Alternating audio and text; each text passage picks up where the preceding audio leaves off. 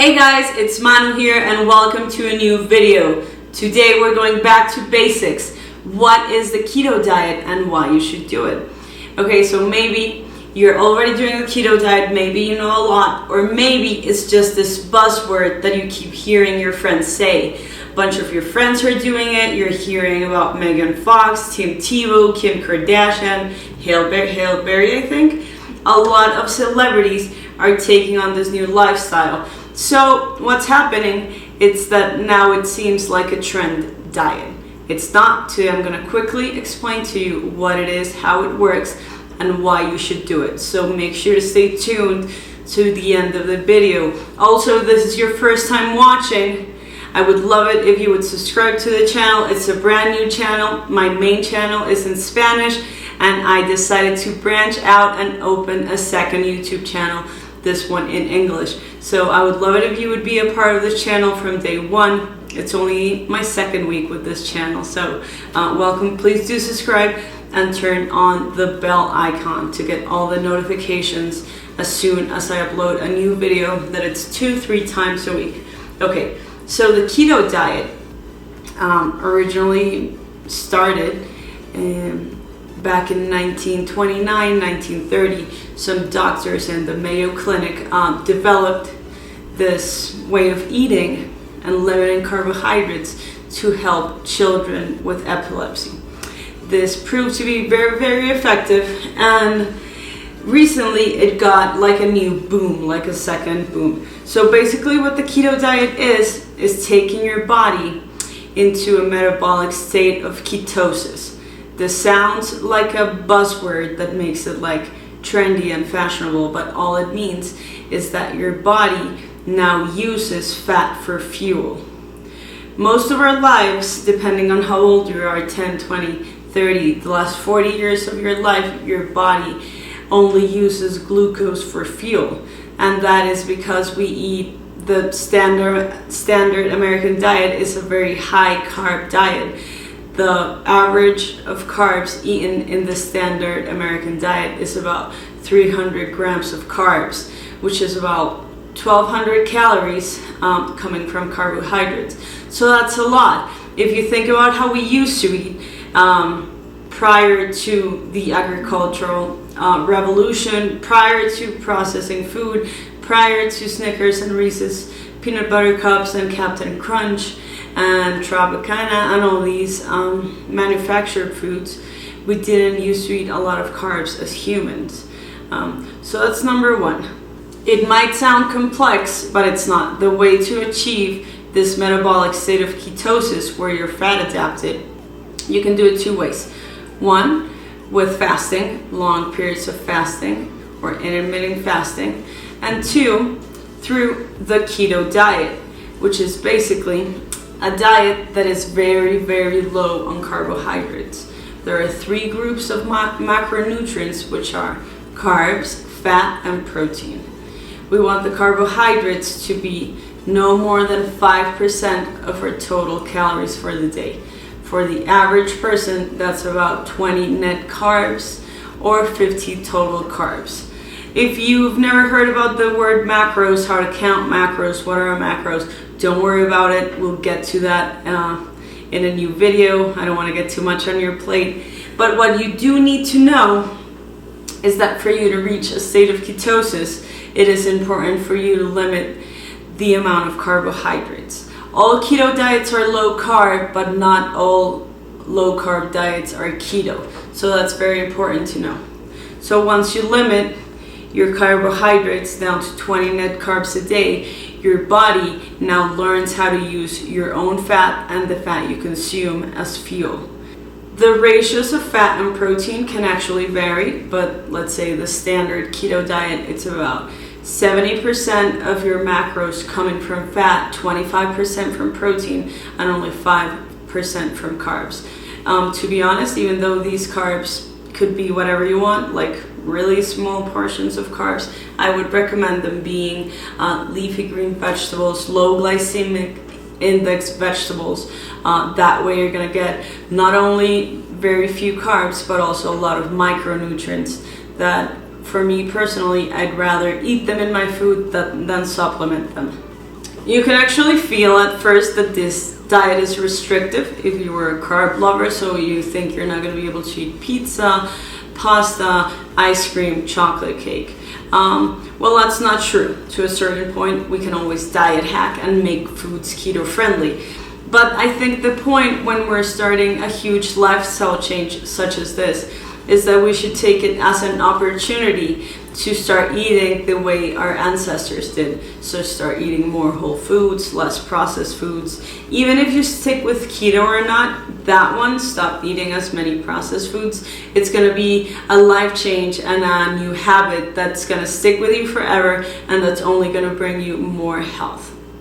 Initially, when you start the keto diet, even if your main goal is weight loss or not, you are going to lose a lot of water weight. Why? Because the carbs are responsible in a way for us holding onto water weight. We're also going to feel dehydrated, so make sure you drink plenty of water. You're also, as you dehydrate and just pee more often, you're going to be missing essential electrolytes, which are potassium, magnesium, and sodium. So make sure you get those in. In my previous video, I talk about some tips when starting the keto diet. If you want to check it out, I'm going to link it right there, and that's going to go more in depth in that. So one of the benefits about the keto diet is exactly that. You're going to feel less bloated. You're going to lose a lot of water weight. So even if you're already lean, you're going to feel even better. You're going to feel like there is no like puffiness. I don't know if you know what I mean. Like there's, even if you're lean, there can be like a certain puffiness to your muscles and your skin, so you're going to lose that. So now let's go into some of the other benefits and why you should do the keto diet. Number one, and it's probably why you, or at least when I first started keto, when I started doing it, weight loss. It's a very effective and efficient way to lose weight and eat things you love. So even though you're going to lose a lot of weight when you first start keto, it doesn't mean that it's a crash diet. Actually, it's normal for you to stall, to start losing weight more slowly, and that's perfect. That's what's going to make it sustainable in the long run. So weight loss is huge, and why it worked for me and why I've been doing it for almost 3 years now, it's that even though I am restricting calories most of my days, most of my days or most of my weeks, I would say, I feel satiated. Why? Because fat makes you full. And at least for me, some of the most delicious foods are okay in keto. So cheese, for me, cheese is fine. Meat, coffee, like bulletproof coffee, bacon, I don't know, like leafy green vegetables. Those are all things that I wouldn't imagine living without, which is a bad thing to say. But I've been able to eat all the foods I like, even the pasta, the pizza, the chocolate cake, which I've just adapted to take away most of the carbs by switching a few ingredients. So weight loss is a big benefit. Also, with weight loss, there is also a lot of health improvements, especially if you have diabetes, if you have insulin resistance, if you have metabolic syndrome.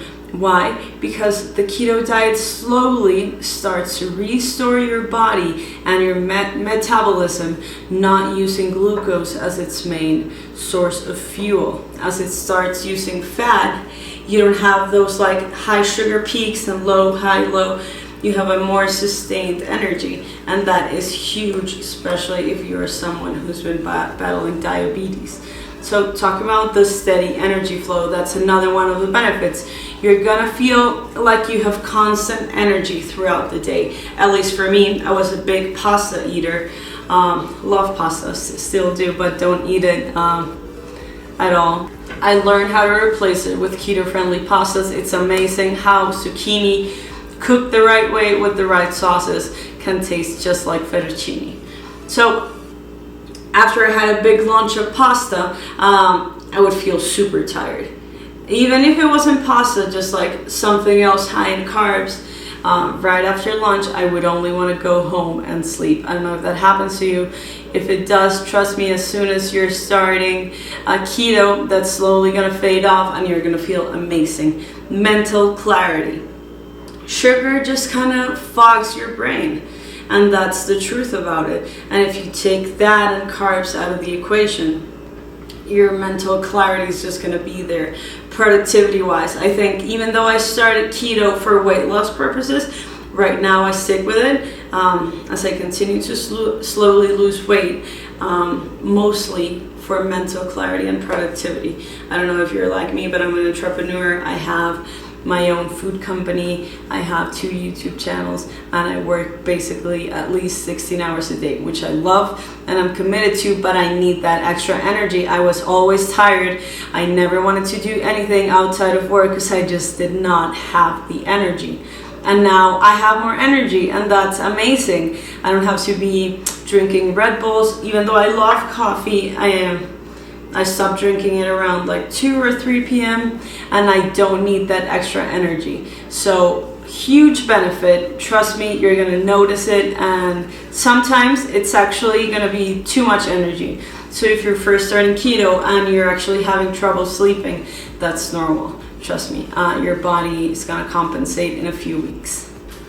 Another reason why you should do the keto diet is to break the sugar addiction and in general break the addiction from processed foods. I briefly talked about it just a little bit ago, but it is important for us to be able to break that sugar addiction. Nowadays we're feeding kids like Captain Crunch when they're 3 and they get a sugar high, and then we've heard it, we've seen studies, sugar can be as addictive as cocaine. And listen, I have things here every now and then, I'll eat a donut and it's delicious. I just don't eat them every day because I know the harm that it's doing to my body on a daily basis. It's not worth it. So there are better ways of eating, and we can get back to the way we used to eat thousands and thousands of years ago. The other huge benefit of doing a keto diet, even if you're a healthy person, even if you have high energy levels, even if you don't want to eat this way forever, is that it's going to teach your body how to be fat adapted.